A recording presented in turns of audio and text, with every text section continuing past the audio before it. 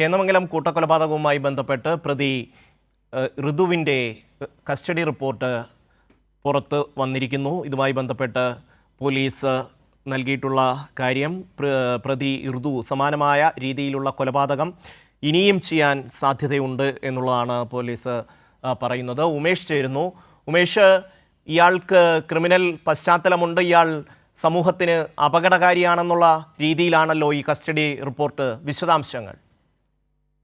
അതെ ഷമ്മി, ഈ റിപ്പോർട്ട് പരിഗണിച്ചുകൊണ്ടാണ് അല്പം മുമ്പ് ഈ പ്രതിയെ 5 ദിവസത്തേക്ക് തന്നെ പോലീസ് കസ്റ്റഡിയിൽ വിട്ടിരിക്കുന്നത്. ഈ കസ്റ്റഡി അപേക്ഷയിൽ പറയുന്ന കാര്യങ്ങൾ, ഈ പ്രതി ഋതു സമാനമായ രീതിയിലുള്ള കൊലപാതകങ്ങൾ ഇനിയും ചെയ്യാൻ സാധ്യതയുണ്ട് എന്നാണ് പോലീസ് പറയുന്നത്. വിചാരണ വേളയിൽ പ്രതി കടന്നുകളയും എന്ന സംശയം ഉണ്ട്. പ്രതി പുറത്തിറങ്ങിയാൽ കേസ് ദുർബലപ്പെടുന്ന സാഹചര്യം തന്നെ ഉണ്ടാകും. ഈ കേസിന്റെ പശ്ചാത്തലത്തെക്കുറിച്ച്, ഈ സംഭവത്തിന്റെ പശ്ചാത്തലത്തെക്കുറിച്ചും ഈ കസ്റ്റഡി അപേക്ഷയിൽ വിശദീകരിക്കുന്നുണ്ട്. ഈ ഋതു ഈ സ്ഥലത്ത് എത്തിയത് കൊലപാതകം നടത്തണം എന്ന് ഉറപ്പിച്ചുകൊണ്ട് തന്നെയാണ് എന്നാണ് പോലീസ് പറയുന്നത്.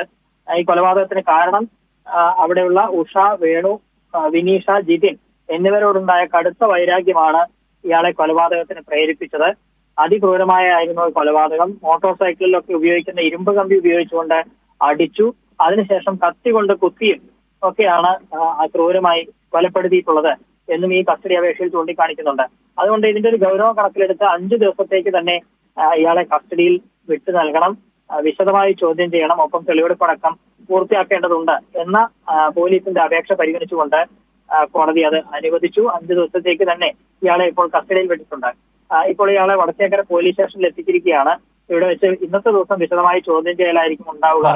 ചേന്നമംഗലം കൂട്ടക്കൊലപാതകവുമായി ബന്ധപ്പെട്ട പ്രതി ഋതുവിനെ 5 ദിവസം പോലീസ് കസ്റ്റഡിയിൽ വിട്ടിരിക്കുന്നു. ഇതുമായി ബന്ധപ്പെട്ട റിപ്പോർട്ടാണ് ഉമേഷ് നൽകിയത്.